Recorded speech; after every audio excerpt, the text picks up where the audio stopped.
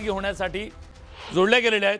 मुंबईच्या माजी महापौर राहिलेल्या आणि आता शिवसेना उद्धव बाळासाहेब ठाकरे पक्षाच्या गटनेत्या ज्यांनी आज आक्षेप घेतला, किशोरीताई पेडणेकर, ताई स्वागत आहे तुमचं।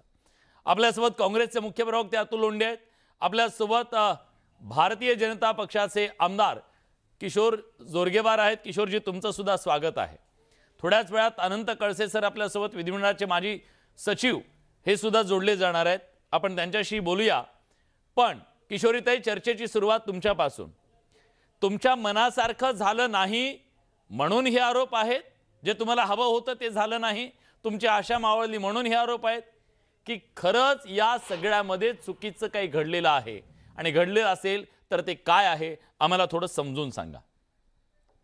मुळामध्ये आपण जे आता प्रश्न केलात, आमच्या इथे मनाच्या इच्छेचा इथे प्रश्नच आता येत नाही, कारण ही सगळी प्रक्रिया निवडणूक झाल्यानंतर झाली आहे। बर, त्यामुळे तो आता प्रश्न येत नाही की आकड्याची गणितं लागून गेली आहेत आणि आम्ही तेवढे नक्कीच मॅच्युअर्ड आहोत की लागलेली गणितं त्याला आम्ही स्वीकारलंय। ज्या गोष्टी घडल्या मुळामध्ये सोडत काढताना प्रत्येकाला जे सोडतीला आले होते त्यांना फोन मध्ये करायला द्यायला पाहिजे होतं, कारण आपलं हे ओपन होतं ना। हो, तर ते ज्या माधुरी मिसाळ मंत्री महोदय त्यांनी बंदी केली का केली ह्याचा प्रश्नाचं उत्तर त्यांनी तिथेही दिलं नाही आणि आत्ताच्या प्रश्नामध्ये पण त्यांनी दिलेलं मोबाईल तर दिसतायत ताई दृश्यांमध्ये। हा, म्हणजे ते त्यांनी दाखवलेल्या दृश्यांमध्ये बर बर मी जे लावलेले कॅमेरे ते तुम्हाला दिले। ओके ओके, एवं तुमचा मीडिया पण बाहेर काढला। बर, दुसरा प्रश्न असा आहे की ज्या वेळेला तुम्ही सगळी आरक्षण टाकून निवडणूक लढवली, की SC ST वगैरे ह्याला तुम्ही मी मुंबईसाठी आधी बोलेन। तर जर जेव्हा ST निघालं तेव्हा तुम्ही मुंबई का नाही टाकली, हा पहिला प्रश्न। तुम्ही तिथे गेल्यावर सांगता 3च्या वर असेल त्यांना टाकणार, मग निवडणूक लढवताना ती 2च का ठेवली, हा एक पहिला प्रश्न। म्हणजे आम्हाला आमच्या मनासारखं घडावा हा प्रश्न नाही, इथे मुंबईचा प्रश्न होता। तिसरं, ज्या पद्धतीने ओबीसी 27% एवढी 4.5 वर्ष 3.5 पावणे 4 वर्ष ओबीसीचं आरक्षण लढून घेतलेलं, ओबीसीच्या लोकांनी लढून घेतलेलं, त्याच्यामध्ये पण मुंबई टाकली नाही। आणि हे काय अबकड आ ई उ हे पहिल्यांदा हे सगळं होतं, तर तुम्ही ते आधी डिक्लेअर का नाही केलं की अशा पद्धतीने सोडत निघणार आहे। तिथे गेल्यानंतर म्हणजे आमकरचा कायदा आहे का? तुम्ही जे म्हणाल ते तिथे काय जास्त तो मीडिया पत्रकार होते, ते ऑब्जेक्शन पेक्षा इतर पक्षाचे त्यांनी पण घेतलं, पण लक्ष कुठे होतं त्यांचं? म्हणजे विरोधकांचा जो आक्षेप आहे तो फेटाळला गेला, पारदर्शकता नव्हती असं तुमचं म्हणणं आहे।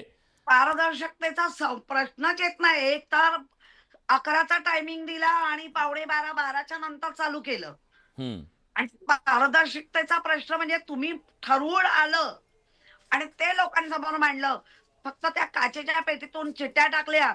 बरं, चिठ्ठ्यांमध्ये पण मंत्रालयाला काय पेपर कमी आहे का? जर एक चिठ्ठी तुम्ही उघडली घडी केलेली ती टाकून द्यायची ना, नवीन कोरा पेपर पाहिजे ना। त्याच चिठ्ठ्या घालत होत्या आणि त्या टाकत होत्या, आणि टाकणारे आणि काढणाऱ्या कोण त्यांच्याच होत्या सगळ्या, कारण आमच्यातल्याला कोणाला तरी उचलायला लावायची होती। ठीक आहे, एवढे वेगळे होते। अतिशय महत्त्वाचा तुम्ही मुद्दा मांडलेला आहे, मी येतो ताई तुमच्याकडे, त्याचं उत्तर सुद्धा मी घेणार आहे। भारतीय जनता पक्षाचे आमदार आपल्या सोबत आहेत किशोरजी, पण त्याच्या आधी अजून एक आक्षेप, आज एक गंभीर आरोप केला काँग्रेसने, वडेट्टीवारांनी। अतुलजी, तुमचे नेते असं म्हणाले की हे फिक्सिंग आहे, हे सगळं आधी ठरलेलं होतं आणि हा केवळ दिखावा केला गेला। आता जर तुम्ही ही मांडणी करत असाल तर निश्चितपणे तुमच्या हाती काही पुरावे असतील, तुमच्याकडे काहीतरी असं ठोस असेल की बाबा हे असं फिक्सिंग झालेलं आहे, की विरोधकांकडून हा एक नेरेटिव्ह केला जातोय, आधी निवडणुकीवर प्रश्नचिन्ह, इलेक्शन कमिशनवर प्रश्नचिन्ह आणि आता या प्रक्रियेवर सुद्धा प्रश्नचिन्ह. खरं काय आहे आम्हाला समजून घ्यायचंय. आता असं आहे की जिसकी लाठी उसकी भैंस, हां अशा पद्धतीचा कारभार जो आहे तो बीजेपीने चालवला आहे. फक्त मला एक रिवाइंड करून सांगा, अमित साटमनी सेक्शन 19(3) सांगितला होता का? बॉम्बे म्युनिसिपल ऍक्ट 19(3) हे सांगितलं होता का? ऍक्ट हाच आहे का? सेक्शन हाच आहे का 19(3)? मी चेक करतो.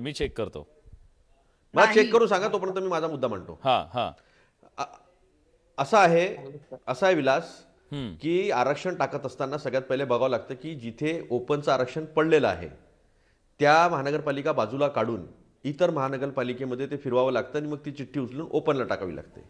तसंच एस टीचं जर असेल, जिथे एस टीचं आरक्षण पडलेलं आहे ते एस टीचं आरक्षण त्या महानगरपालिका बाजूला काढून इतर महानगरपालिकेमध्ये फिरून मग एस टीचं काढावं लागतं. म्हणजे पहिले एस टी, मग SC, मग OBC आणि मग ओपन, अशा पद्धतीनं काढावं लागतं. आता आमच्या इथे तर 1.5 महिन्यापासूनच सुरू आहे की एक महिला आहे, आमच्या लहान बहिणीसारखीच आहे, भगिनीसारखी आहे, ती झाली तर आम्हाला आनंदच आहे की ती होणार आहे महापौर. हे पहिलेच कसं माहीत होतं?